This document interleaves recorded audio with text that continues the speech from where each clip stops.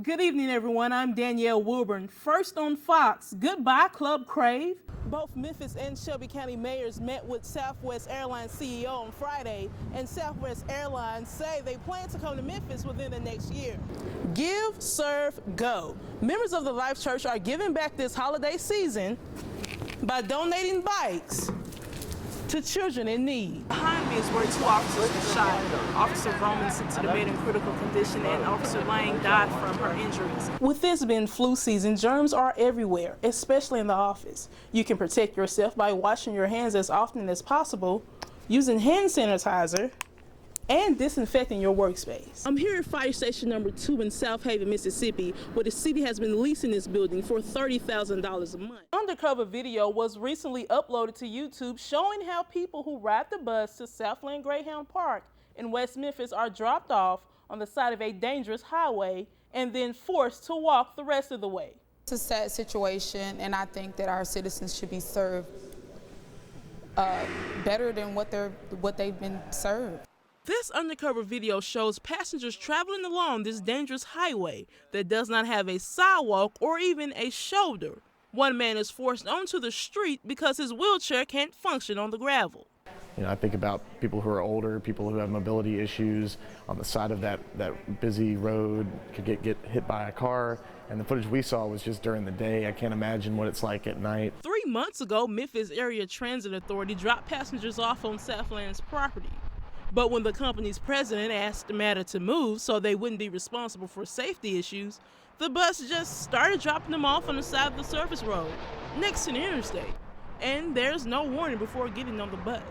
I just think it's disgusting and appalling that, you know, without warning, people are being dropped off on the side of an unsafe highway. The disturbing video got the attention of the bus riders' union members. They met on Saturday to discuss ways to ensure safety, not just to Greyhound Park, but to all destinations.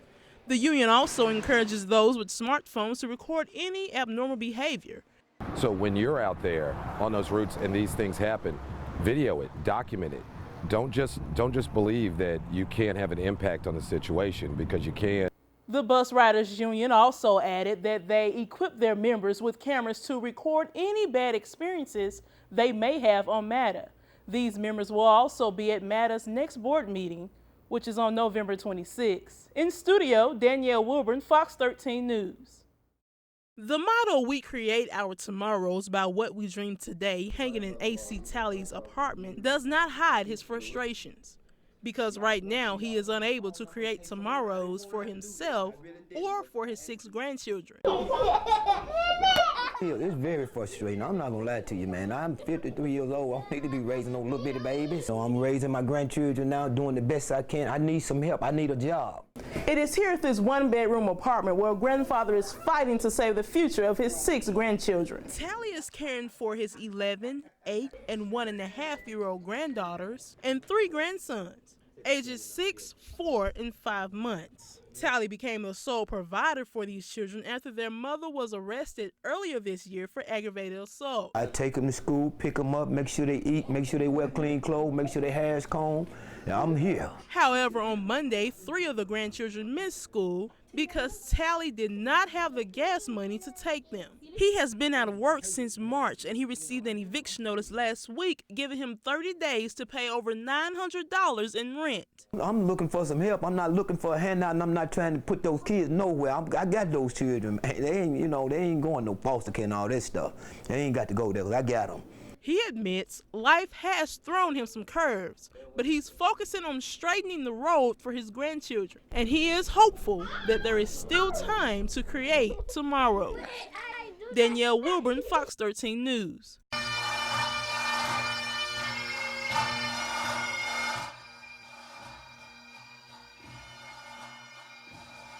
While you and I are trying to create Christmas memories this year, Memphis police officer Montoya Lang's family and friends are trying to erase them.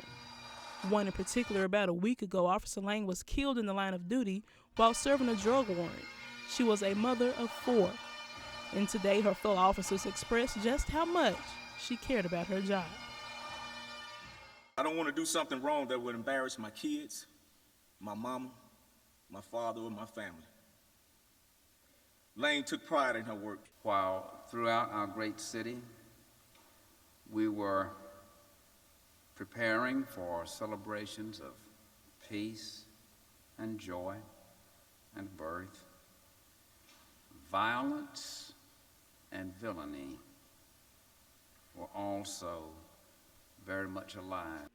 And while trying to overlook the violence that caused this occasion, today hundreds showed up to give their condolences and to offer words of encouragement to the 4 children this hero left behind. May Taylor and Darian, Naya and Zaria also focus on the what question. What would you have them to do now?